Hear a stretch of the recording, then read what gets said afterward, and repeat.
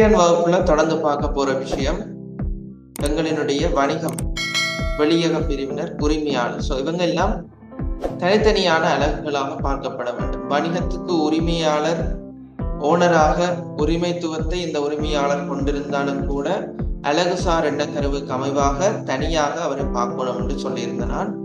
ஆகவேதான் இந்த சமன்பாடு வருது. சொத்துக்கள் சமன் பொறுப்பு சக உரிமையாண்மை என்ற சமன்பாடு வருகிறது என்று சொன்னான் கடந்த கிளாஸ்ல.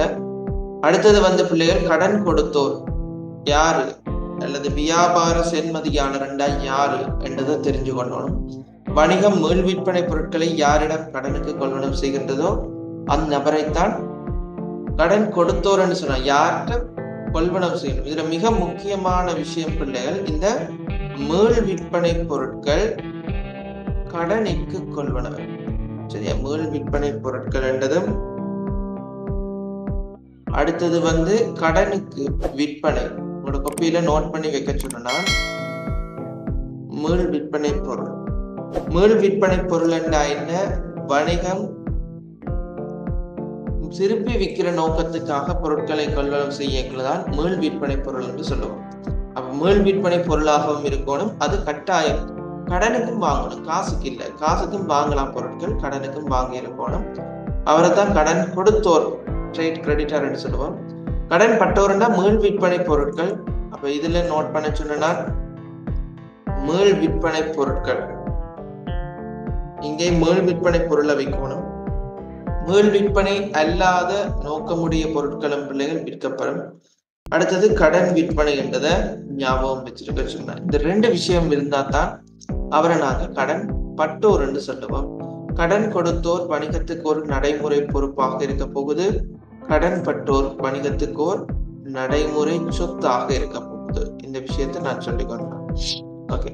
அதை விட கடைசியா பார்த்த விடயங்கள் வணிகம் ஒன்றினுடைய உரிமையாண்மையில் தாக்கத்தினை ஏற்படுத்தும் விடயங்கள். வணிகம் ஒன்றினுடைய உரிமையாண்மையில 4 விஷயம் தாக்கத்தினை ஏற்படுத்தும். ஒன்று வருமானம், மேலதிக மூலதனம், செலவீனம், பற்று.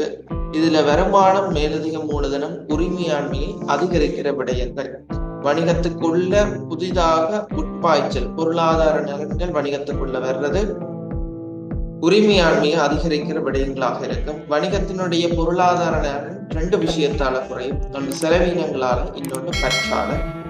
ஆகவே இந்த செலவீனமும் பற்றும் உரிமையாண்மையை குறைக்கிற விஷயங்களாக இருக்கு. சரிதான்? ஓகே. இவ்வளவு விஷயம் நாங்க கடந்த கிளாஸ்ல பார்த்த விஷயம். அப்ப நான் சொன்னால் இந்த கணக்கீட்டு சமன்பாடு படிக்க முதல் இந்த கொடுக்கல் வாங்கல்களுக்கான இரட்டை விளைவு தெரிஞ்சு வச்சிருக்கணும் சொன்னான். இரட்டை விளைவு நீங்கள் தெரிஞ்சு வச்சிருக்கணும் பிள்ளைகள். சரியா? இந்த இரட்டை விளைவு தான் நாங்க பார்த்து கொண்டு போறோம். சரியோ? இரட்டை விளைவு தான் நாங்கள் பார்த்து கொண்டு போறோம். இதுல குறிப்பிட்ட சில விஷயங்களுக்குரிய இரட்டை விளைவு நாங்க பார்த்துட்டோம். சரியா? இதுல 5வது வரைக்குமான இரட்டை விளைவு நாங்க பார்த்துட்டோம். அதை தொடர்ந்து மிச்ச விஷயத்த பார்த்து கொண்டு போறோம். 6வது பாருங்க. இதுல 4வது 5வது சொல்லிட்டு போறேன். 4வது பாருங்க பிள்ளைகள், மீள் விற்பனை பொருட்கள் கடனுக்கு கொள்வனவு.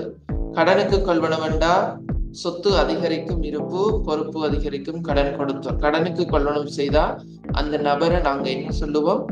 கடன் கொடுத்தோர். எல்லாரையும் கடன் கொடுத்தோர்னு சொல்ல மாட்டோம். கட்டாயம் இந்த மீள் விற்பனை பொருள், மீள் விற்பனை பொருள் என்று சொல்றது என்னத்த பிள்ளைகள்? இருப்புக்களாக இருக்கும். இந்த மீள் விற்பனை பொருள் என்று சொல்றது இருப்புக்களாக இருக்கும். இதை ஞாபகம் வச்சு கொள்ளுங்க. கொஞ்சம் சில நேரம் இதில் தெரிஞ்சிருக்கும் உங்களுக்கு. பாடம் ப்ராப்பரா கொண்டு போகணும் என்றதுக்காக நான் சொன்னது போல இந்த பேசிக்ல இருந்தே கொண்டு போறேன். அப்ப உங்களுக்கு ஈஸியா இருக்கும் இதை படிச்சு கொண்டு போறது. திருப்பி திருப்பி உங்களுக்கு டவுட்டுகள் வராது. இந்த ஆர்டர்ல போய் கொண்டிருப்போம். அடுத்தது பாருங்க, மீள் விற்பனை பொருட்கள் ரவிக்கு விற்பனை. அப்ப கணக்கீட்டுல நீங்க படிச்சிருப்பீங்க பிள்ளைகள், ஒரு குறிப்பிட்ட நபரினுடைய பெயர் குறிப்பிட்டு வந்தா அது எப்படியான விற்பனையாக இருக்கும்? கடன் விற்பனையாக இருக்கும். ஒரு தனிநபரினுடைய அல்லது ஒரு நிறுவனத்தினுடைய பெயர் குறிப்பிட்டு வந்தா அது எப்படியான விற்பனையாக இருக்கும்?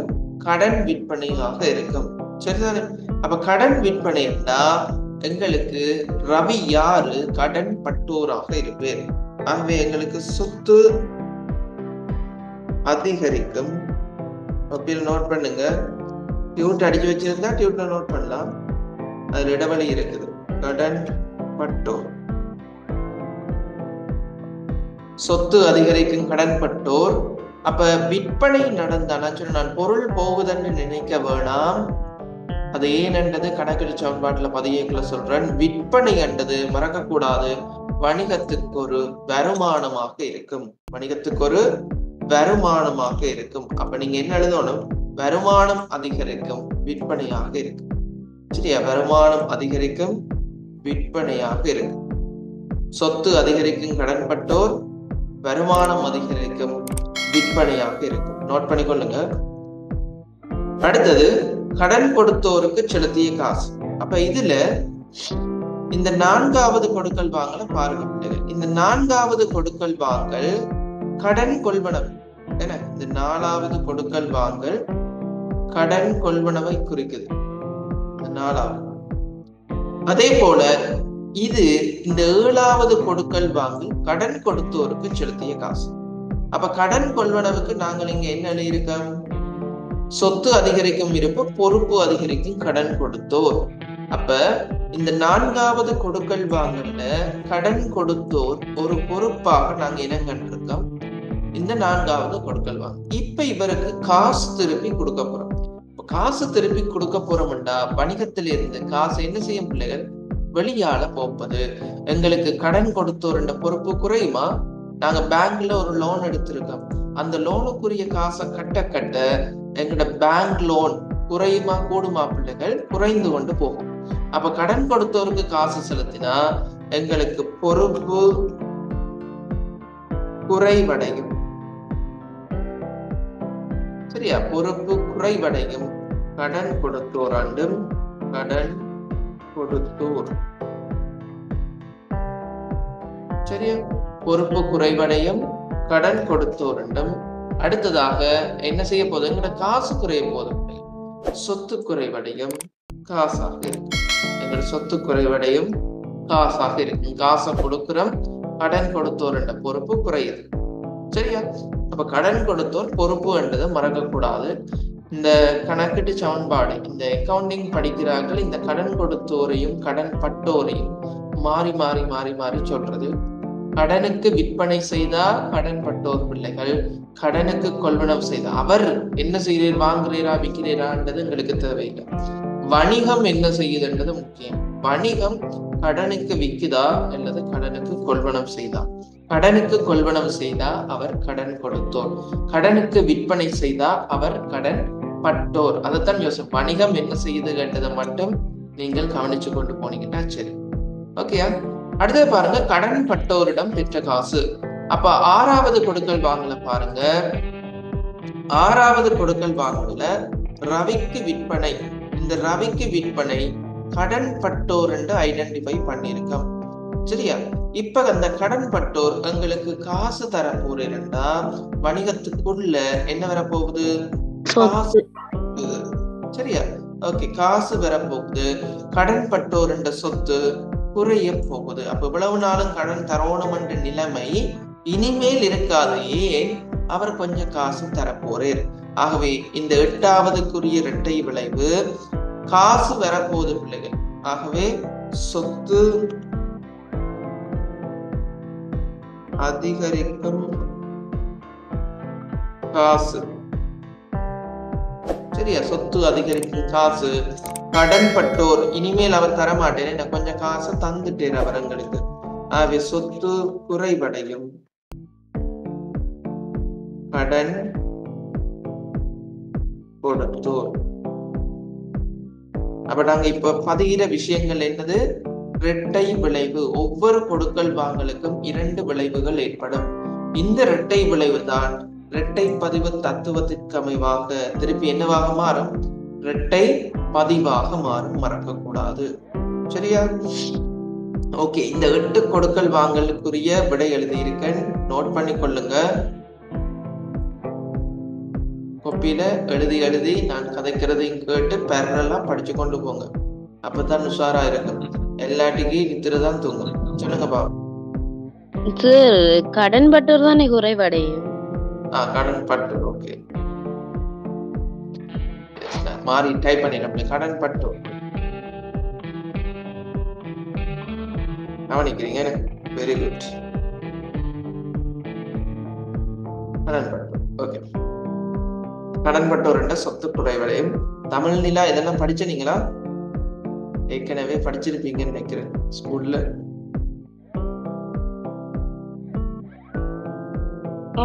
படிச்சது. சோ குயிக்கா நாங்க மிச்சம் மூவ் பண்ணி கொண்டு போவோம். மிச்சம் எதுவும் விலங்காட்டிக்கு என்னிட்ட கேட்கலாம் பிள்ளைகள். சரியா? விலங்காட்டிக்கு என்னிட்ட கேட்கலாம். ஓகே, அடுத்தது பாருங்க. காசினை மேலதிக மூலதனமாக ஈடுபடுத்தல். காசு மேலதிக மூலதனமாக போட்டா என்ன கிடைக்கும் பிள்ளைகள்? காசு வணிகத்துக்குள்ள வரும். என்ன? ஆகவே சொத்து அதிகரிக்கும். காசு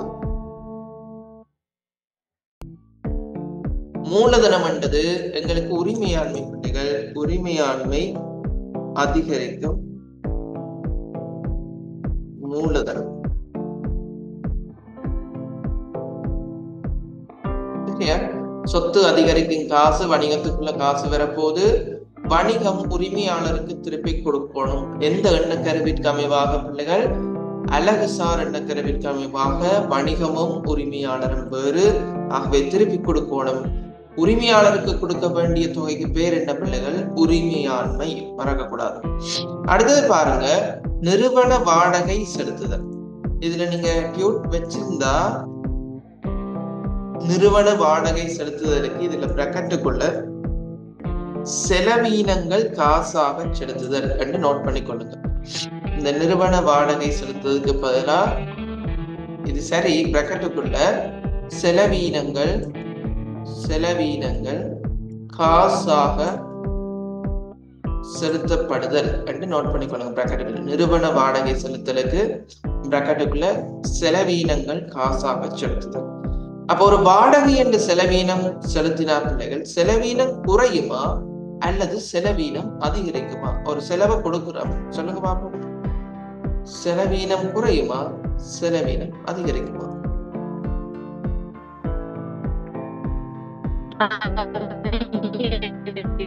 ஓகே, கணவர் நினைக்கிறது காசு கொடுக்கறதால செலவீனம் குறைவடையும். சில பேர் நினைக்கிறது பிள்ளைகள் காசு கொடுக்கறதால செலவு குறையும் நினைக்கிறது. அப்படி இல்லை. நாங்க காசு கொடுக்காட்டிக்கு செலவீனம் இல்லை. எங்களுக்கு காசு கொடுக்கிறோம், செலவீனம் அதிகரிக்குது. காசு கொடுக்க தேவையில்லைண்டா செலவீனம் இல்லை.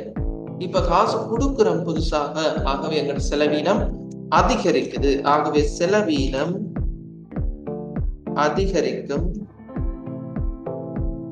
பிராக்கெட்டுக்குள்ள காசு வாடகை. வாடகை என்ற செலவு எங்களுக்கு பிள்ளைகள் அதிகரிக்குது. என்னத்தை கொடுக்க போறோம்? காசை குறைக்க போறோம் பிள்ளைகள். ஆகவே சொத்து குறைவடையும் காசாக இருக்கும். காசை கொடுக்கிறோம். அப்ப இது செலவீனம் செலுத்துதல் என்று போட்டிருக்காங்க. அதுவே இனிமேல் ஒரு காப்புறுதி கட்டணம் செலுத்தினா என்ன இரட்டை விளைவு? செலவீனம் அதிகரிக்கும் காப்புறுதி, சொத்து குறையும் காசு. ஒரு வங்கி கடன் வட்டி செலுத்துறோம், செலவீனம் அதிகரிக்கும் வங்கி கடன் வட்டி, சொத்து குறையும் காசு. ஒரு விளம்பர கட்டணம் செலுத்துறோம், செலவீனம் அதிகரிக்கும் விளம்பரம், சொத்து குறையும் காசு. இந்த விதமா நீங்க எதை ஞாபகம் வச்சு கொள்ளணும். இதுல வாடகை என்ற செலவு போல என்ன செலவு தந்தாலும் நீங்க அதை பாதிச்சு கொண்டு வரணும். சரிதானே? ஓகே.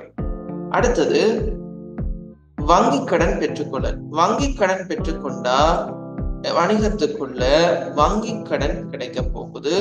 ஆகவே சொத்து அதிகரிக்கும் வங்கி கடன், காசு. காசு என்ற சொத்து வணிகத்துக்குள்ள வரப்போகுது. பிள்ளை நீங்க பேங்க்ல போய் லோன் எடுத்தா உங்களோட அக்கௌண்ட்ல அந்த பேங்க் லோனுக்குரிய காசை போடுவாங்க. அப்ப உங்களோட வணிகத்துக்குள்ள காசு வரப்போகுது. இவ்வளவு நாளும் வங்கி கடன் வாங்கல, இப்ப வங்கி கடன் வாங்கி இருக்கோம். வங்கி கடன் என்ன செய்யணும்? திருப்பி கொடுக்க வேணும். வங்கி கடன் என்ன செய்யணும்? திருப்பி கொடுக்க வேணும். அவ வங்கி கடனை திருப்பி கொடுக்கணும். வணிகத்துக்கு அது என்ன பொறுப்பு? அவன் ஞாபகத்துல வச்சுக்கொள்ளுங்க. மனதளவுல திருப்பி கொடுக்கணும்டா பொறுப்பு, எங்கடது இல்லை என்று நினைச்சாலும் பொறுப்பு. சரியா? திருப்பி கொடுக்கணும்டா பொறுப்பு அல்லது எண்டது இல்லை என்று நினைச்சாலும் அது எங்களினுடைய பொறுப்பாக இருக்கும். அப்ப சொத்து அதிகரிக்கும் காசு பொறுப்பு அதிகரிக்கும் வங்கி கடனாக இருக்கும். பொறுப்பு அதிகரிக்கும் வங்கி கடனாக இருக்கும். சரியா? ஒரு வங்கி கடன் கிடைச்சிருக்குது. அடுத்தது பாருங்க, சில்லறை வருமானம் பெற்றுக்கொள்ளல். இந்த சில்லறை வருமானம் பெற்றுக்கொள்ளலுக்கு பிராக்கெட்டுக்குள்ள போட்டுக்கொள்ளுங்க, வருமானம் காசாக கிடைக்கப்பெறும். வருமானம் காசாக கிடைக்கப்பெறுதல் என்று நோட் பண்ணிக்கொள்ளுங்க. வருமானம் காசாக கிடைக்கப்பெறுதல் என்று நோட் பண்ணிக்கொள்ளுங்க. ஒரு வருமானம் காசாக கிடைச்சா பிள்ளைகள் வணிகத்துக்குள்ள என்ன வரப்போகுது? ஒரு சொத்து வரப்போகுது, காசு கண்ட சொத்து வரப்போகுது. ஒரு வருமானம் கிடைச்சா என்ன வரும்? காசு கண்ட சொத்து வரப்போகுது, காசாக கிடைக்கப்பெறுதல் வருமானம் என. ஆகவே இவ்வளவு நாளும் வருமானம் கிடைக்கல, இப்ப வருமானம் கிடைக்குது. எங்களினுடைய வருமானம் அதிகரிக்க போகுது. சோ வருமானம் அதிகரிக்கும் என்னவாக இருக்கும்? சில்லறை வருமானமாக இருக்கும். சில்லறை வருமானமாக இருக்கும். வருமானம் அதிகரிக்கும், சில்லறை வருமானமாக இருக்கும். சரியா? ஓகே. அடுத்தது மாத இறுதியில் மின்சார பட்டியல். இப்ப வருமானம், இதுல சில்லறை வருமானம் போல பிள்ளைகள் தரகு வருமானம் கிடைச்சா என்ன ரெண்டு விளைவு வரும்? சொத்து அதிகரிக்கும் காசு, வருமானம் அதிகரிக்கும், தரகு வருமானமாக இருக்கும். வாடகை வருமானம் பெற்றா என்னென்ன வரும்? சொத்து அதிகரிக்கும் காசு, வாடகை வருமானம், வருமானம் அதிகரிக்கும், வாடகை வருமானமாக இருக்கும். சோ இந்த விதமா நீங்க இதை மாத்தி நீங்க ஓரளவு யோசிக்கக்கூடியதாக இருக்கும். ஓகே. அடுத்தது பாருங்க, மாத இறுதியில் 3000 மின்சார பட்டியல் கிடைக்கப்பெறுதல். ஓகே.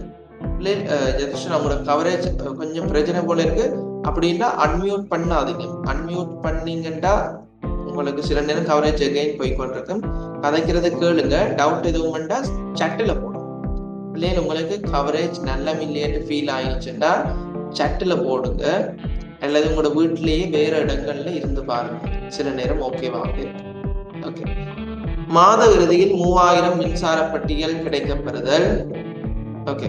மின்சார பட்டியல் கிடைக்க பெற்றா பிள்ளைகள் இதுல பிராக்கெட்டுக்குள்ள நோட் பண்ணிக்கொள்ளுங்க. இந்த மின்சார பட்டியல் கிடைக்கப்பெறுதல் என்றதுக்குள்ள நோட் பண்ணிக்கொள்ளுங்க. செலுத்த வேண்டிய செலவீனங்கள், செலுத்த வேண்டிய செலவீனங்கள் என்று பிராக்கெட்டுக்குள்ள நோட் பண்ணிக்கொள்ளுங்க. செலுத்த வேண்டிய செலவீனங்கள் என்று பிராக்கெட்டுக்குள்ள நோட் பண்ணிக்கொள்ளுங்க. செலுத்த வேண்டிய செலவீனங்கள் என்று பிராக்கெட்டுக்குள்ள நோட் பண்ணிக்கொள்ளுங்க. மாத இறுதியில் 3000 மின்சார பட்டியல் கிடைக்கும். இங்க மின்சார பட்டியல் கிடைக்கப்பெறல் என்றது பிள்ளைகள் இன்வாய்ஸ் வந்து எங்களுக்கு கிடைச்சிருக்கு. அதனுடைய அர்த்தம் உடனடியாக நாங்கள் மின்சார கட்டணம் செலுத்திட்டோம் என்று அர்த்தம் இல்லை. மின்சார கட்டணம் செலுத்திட்டோம் என்று சொல்லி அர்த்தம் இல்லை. கிடைச்சிருக்கு. அப்ப கிடைச்சிருக்குன்னா என்ன அர்த்தம்? நாங்க கட்டாம ஓடலுமா? இல்ல, வந்து கரண்ட் பில்ல கட் பண்ணிடுவாங்க. சோ நாங்க செலுத்த வேணும் என்று பதிய வேண்டும். சரியா? ஒன்று நேரடியாக மின்சார கட்டணம் செலுத்தணும் என்று சொல்லுவான், அல்லது மின்சார பட்டியல் கிடைக்க பெற்றிருக்கின்றாலும் செலுத்த வேணும் என்று அர்த்தம். ஓகே. அப்ப செலவீனங்கள் செலுத்தணும் என்றா பிள்ளைகள் என்ன இரட்டை விளைவு வரப்போகுது? செலவீனம் அதிகரிக்க போகுது. செலவீனம்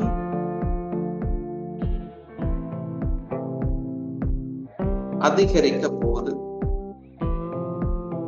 என்ன செலவீனம் அதிகரிக்க போகுது பிள்ளைகள்? எங்களுக்கு மின்சாரம் என்ற செலவு அதிகரிக்க போகுது.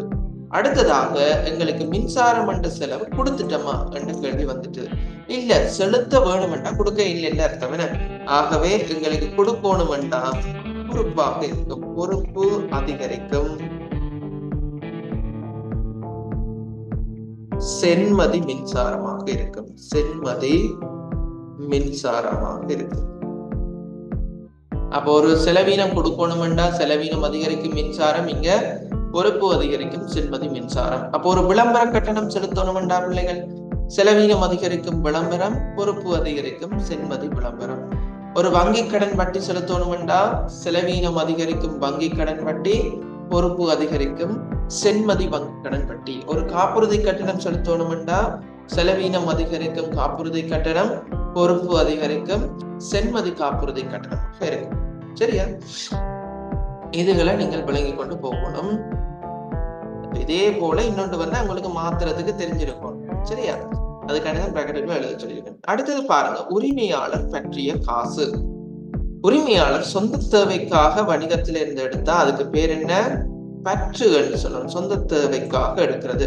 அப்ப பற்றினா வணிகத்தினுடைய உரிமையாண்மை என்ன செய்யும் என்று பார்த்தனாங்க. பற்றினா உரிமையாண்மை என்ன செய்யும் பிள்ளைகள்? குறைவடையும். சரியா? ஓகே, குறைவடையும். ஓகே, இங்க வந்து உரிமையாளர் பற்றி இருக்கிற காசை பற்றி இருக்கிற வணிகத்தினுடைய சொத்து குறைவடையும். சரியா? ஓகே, சோ இதுக்குரிய இரட்டை விளைவு உரிமை குறைவடையும். சரியா? என்னத்தால? இங்க பற்றால. அப்ப உரிமை குறைவடையும் பற்று. சரியா? உரிமை குறைவடையும் பற்று. என்னத்தை கொண்டு போய் எடுக்க போறேன்? காசு எடுக்க போறேன். ஆகவே சொத்து குறைவடையும். காசாக இருக்கும். சொத்து குறைவடையும் காசாக இருக்கும். காசை எடுக்கிறேன். இங்க உரிமை குறைவடைய போது பற்றாக இருக்கு. சரியா? ஓகே, அடுத்தது பாருங்க, இந்த 14வது 15வது. இந்த 14வதையும் 15வதுக்கு இடையில என்ன வித்தியாசம் பிள்ளைகள்? இங்க வந்து காசை பெற்றுறேன் 14வது, 15வது பொருட்களை பெற்றுறேன். அப்ப பொருட்களை பெற்றுள்ள உரிமை குறைவடையும் பற்று, அதுவும் மாற்றம் இல்லை, இதுவும் பற்றுத்தான். அப்ப இங்க காசு சொத்து குறைய போகுது. இங்க வந்து காசு எடுக்கிறீரா? இல்ல. என்னத்தை எடுக்க போறேன்? பொருட்களை எடுக்கிறேன். ஆகவே சொத்து குறையும். என்னன்னு சொல்லுவோம்? இருப்பு என்று சொல்லுவோம். சரியா? அப்ப உரிமையாளர் குறைவடை, உரிமை குறைவடையும் பற்று, சொத்து குறைவடையும் இருப்பு. அப்ப இந்த 14வது நோட் பண்ணி கொள்ளுங்க, காசு பற்று வேண்டும். 15வது நோட் பண்ணி கொள்ளுங்க பிராக்கெட்டுக்குள்ள, பொருள் பற்று வேண்டும். சரியா? அப்ப இந்த வினாக்களை கம்பேர் பண்ணி பாருங்க. அடுத்தது இன்னொரு விஷயம் சொன்ன, இதுல 10வதையும் 12வதையும், இதுல இருக்கிறதுல 10வதையும் 13வதையும் கம்பேர் பண்ண. 10வது பாருங்க பிள்ளைகள், செலுத்திய மின்சாரம் அல்லது செலுத்திய செலவினங்கள், செலுத்திய வாடகை. இந்த 13வது செலுத்த வேண்டிய செலவினங்கள், நீங்க செலுத்த வேண்டிய மின்சாரம். விளங்குதா? அப்ப இப்படியும் யோசிக்கணும். கொடுத்தா பாருங்க இதுல செலவீனம் அதிகரிக்குது, காசு குறையுது. கொடுக்க வேணுமெண்டா செலவீனம் அதிகரிக்குது, பொறுப்பு அதிகரிக்குது. எப்படி ஒவ்வொன்றையும் கம்பேர் பண்ணி படிங்க, இலகுவாக ஞாபகத்துல வந்து கொண்டு இருக்கும். அடுத்தது பார்ப்போம். விளம் சரிதான். இதுக்குள்ள எதுவும் டவுட் இருந்தா நீங்க கேட்கலாம்.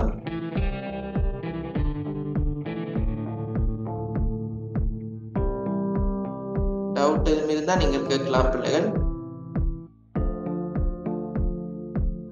ஓகே, அடுத்தது பாருங்க, 16வது ஊழியர் சம்பளம் செலுத்துதல். ஊழியர் சம்பளம் செலுத்துதல் என்றா என்ன அர்த்தம் பிள்ளைகள்? செலவீனம் செலுத்துறது என்று அர்த்தம். என்ன? ஊழியர் சம்பளம் என்றது வணிகத்துக்கு ஒரு செலவீனம். ஆகவே செலவீனம் அதிகரிக்கும். எங்களுக்கு என்னவாக இருக்கும்? சம்பளமாக இருக்கும். சம்பளமாக இருக்கும். சொத்து குறைவடையும் காசாக இருக்கும். சரியா? அதே விஷயம்தான். செலவீனம் அதிகரிக்கும் சம்பளம், சொத்து குறையும் காசு.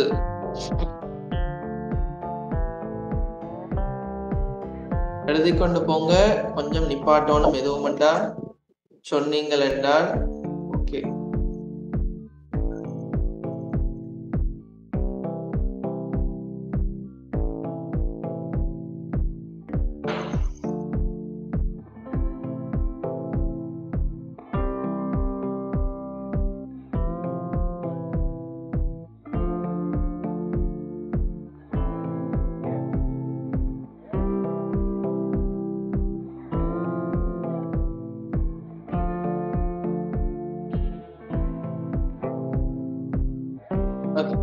அடுத்தது பாருங்க, வங்கி கடன் செலுத்துறோம். எழுதுறீங்களா பிள்ளைகள்? சட்டில போடுங்க பாப்போம். எழுதுறீங்களா? நீங்க கரெக்டாக மியூட் பண்ணி கதைக்க தேவையில்லை. உங்களோட கவரேஜுகள் ப்ராப்ளம்னா நீங்க சட்டில் போடலாம். இல்லை கதைக்கீழம் எனக்கு ஓகேவா இருக்குன்னா நீங்க கதைக்கலாம். வரும் தமிழ் நீல எழுதுறீங்களா? ஓகே.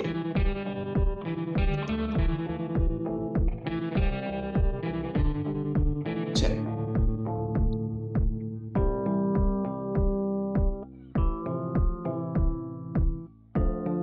கட்டாயம் நோட் பண்ணணும். நாங்க நேரடியா படிக்கிறதுக்கும் ஜூம்ல படிக்கிறதுக்கும் நிறைய வித்தியாசம் இருக்குது. அங்க சார் பார்த்து உங்களுக்கு கத்திக்கொண்டு இருப்பீங்க. அப்படியெல்லாம் ஒன்றும் இல்லை. நீங்க படிப்பீங்கன்ற நம்பிக்கையில நான் படிப்பேன் படிச்சு கொண்டு இருப்பேன். ஓகே, கட்டாயம் நோட் பண்ணிக்கொள்ளுங்க. பேரலா எழுதி கொண்டு போங்க. பேருந்து எழுதலாம், ஸ்கிரீன்ஷாட் அடிச்சு வச்சுட்டு எழுதலாம். அப்படியெல்லாம் நினைக்கிறேன். சரியா? கிளாஸ் என்ற நினைப்புல படிச்சு கொண்டிருக்கேன். அடுத்தது வங்கி கடன் செலுத்துதல். வங்கி கடன் கொடுத்தா பிள்ளைகள் வணிகத்தினுடைய காசு குறைய போகுது. நாங்க பேங்க்ல லோனை கட்ட பேங்க் லோன் குறையுமா கூடுமா பிள்ளைகள்? குறையும். அப்ப பேங்க் லோன் வணிகத்துக்கு என்ன? பொறுப்பு. ஆகவே பொறுப்பு குறைவடைய போகுது. ஏன் பொறுப்பு குறையுது? வங்கி கடன் பொறுப்பு குறைவடைய போகுது. வங்கி கடன் வணிகத்துக்கு இன்னொன்று என்ன குறையும்? சொத்து குறையும், காசாக இருக்கு. சொத்து குறையும், காசாக இருக்கு. அப்ப காசு எடுத்துக்கொண்டு போய் பேங்க்ல லோனை கட்டுறோம், பேங்க் லோன் குறையும். அடுத்தது சொத்து குறையும், காசாக இருக்கு.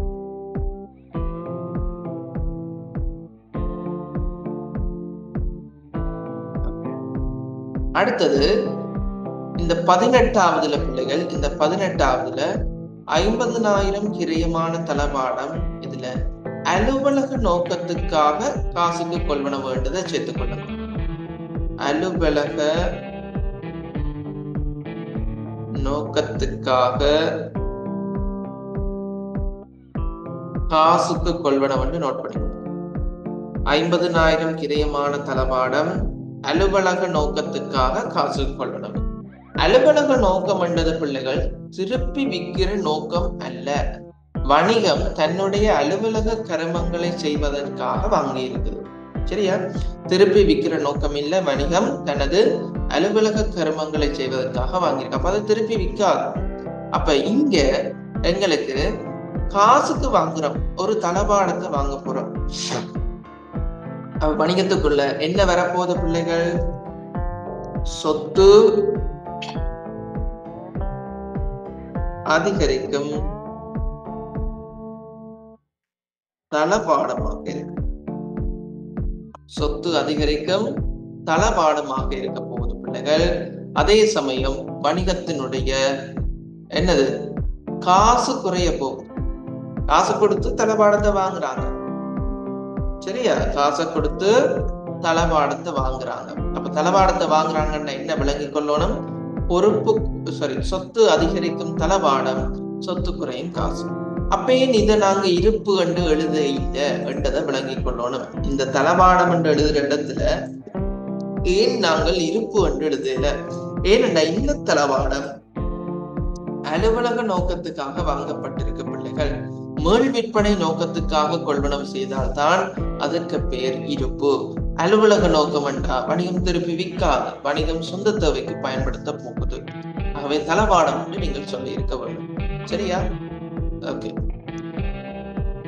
அடுத்தது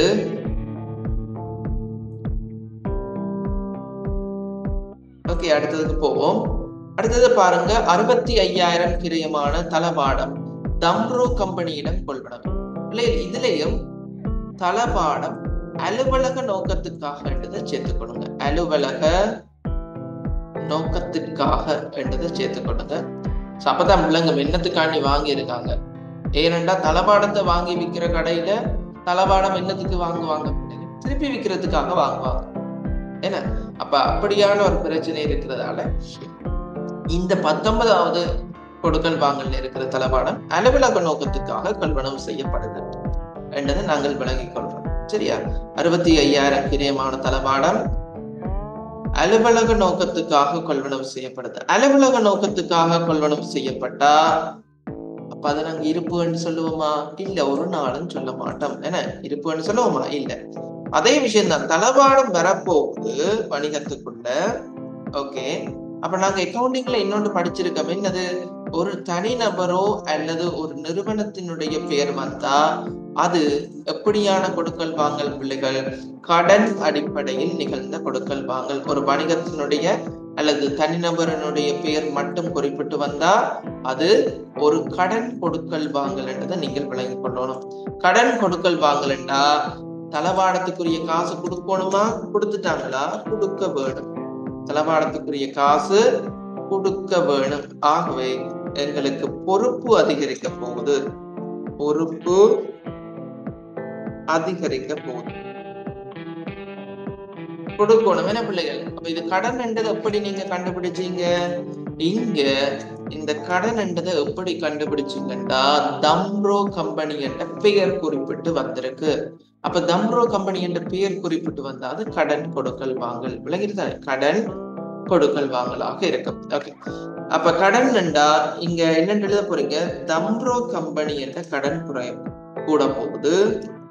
தம்ரோ கம்பெனி அல்லது இன்னொரு விதமா சொன்னா நாங்க தளபாட கடன் என்று சொல்லணும்.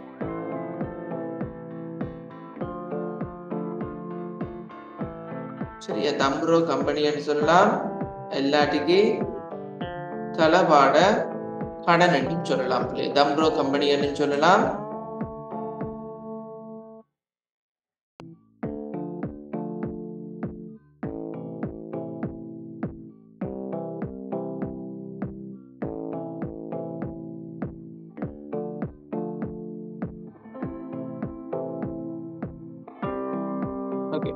தம்ரோ கம்பெனி என்னும் சொல்லலாம் பிள்ளைகள். எல்லாட்டிக்கு தளபாட கடன் என்னும் சொல்லலாம். தம்ரோ கம்பெனி என்னும் சொல்லலாம், எல்லாட்டிக்கு தளபாட கடன் என்னும் சொல்லலாம். சரியா? அப்ப சொத்து அதிகரிக்கும் தளபாடம். அப்ப ஏன் நீங்க இருப்பு என்று எழுதையில? இது திருப்பி விற்கிற நோக்கத்துக்காக கொள்வனம் செய்யப்படவில்லை. ஓகே, திருப்பி விற்கிற நோக்கத்துக்காக கொள்வனம் செய்யப்படவில்லை. ஆகவே தளபாடம் என்ற சொத்து அதிகரிக்குது. அடுத்தது பாருங்க, மேல் விற்பனை பொருட்கள் சாந்தனிடம் கொள்வனவு. மேல் விற்பனை பொருள் என்றா அதுக்கு பேர் என்ன பிள்ளைகள்? இருப்புக்கள் வரப்போகுது. சாந்தனிடம் கொள்வனவு என்றா பெயர் குறிப்பிட்டு வந்திருக்கு, கடன் கொள்வனவாக இருக்கும். அப்ப மேல் விற்பனை பொருளை கடனுக்கு வாங்கினா சாந்தனுக்கு ஒரு பேர் சொல்லுவோம். என்னது?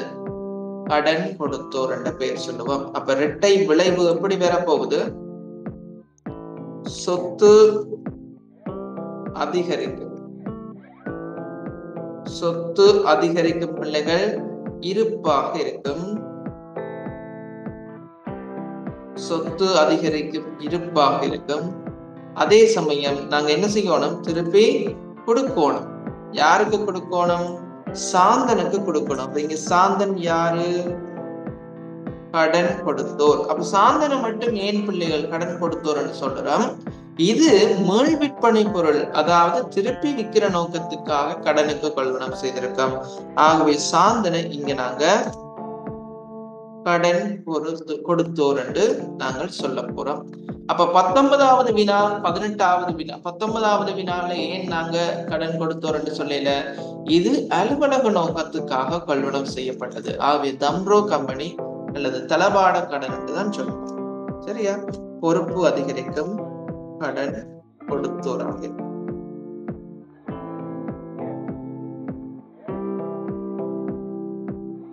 உங்களுக்கு ஏதாவது சந்தேகங்கள் இருந்தா கேட்கலாம்.